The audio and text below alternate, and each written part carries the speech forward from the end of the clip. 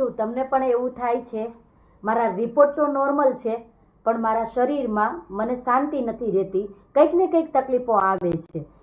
તો ચેક કરો તમારું સ્ટ્રેસ લેવલ, કારણ કે જ્યારે તમે સ્ટ્રેસ લેવલમાં હોય ને ત્યારે તમારું શરીર થાકેલું રહે, ખાવાની ઈચ્છા ન થાય, એસિડિટી વધે, ઊંઘ સારી ન થાય, હળવું માથું દુખ્યા કરે અથવા તો વજન વધ્યા કરે. આવું કારણ તમારા પાસે પણ છે તો ચોક્કસથી આ વિડીયો લાસ્ટ સુધી જોવો.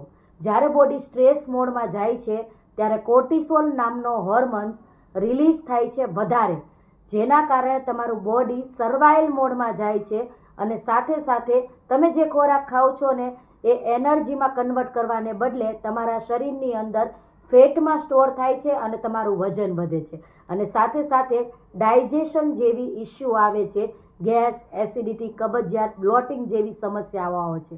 સ્ટ્રેસને તમારે સિમ્પલ આદતથી મેનેજ કરવો હોય તો આ 3 એવી આદતો છે જેને તમે ફોલો કરી શકો. પહેલું, તમારા મનને શાંત કરવું, યોગ, પ્રાણાયામ, 10 મિનિટ ધ્યાનમાં બેસવું, શ્વાસોશ્વાસની ક્રિયા કરવી. બીજું, પોષણયુક્ત ખોરાક લેવો, તમે જે પણ ખોરાક ખાઓ છો એમાં ન્યુટ્રિશનની વેલ્યુ જાળવી રાખવી જેથી તમારું શરીર પણ હીલિંગ થાય. અને ત્રીજું છે પ્રોપર 7 થી 8 કલાકની ઊંઘ.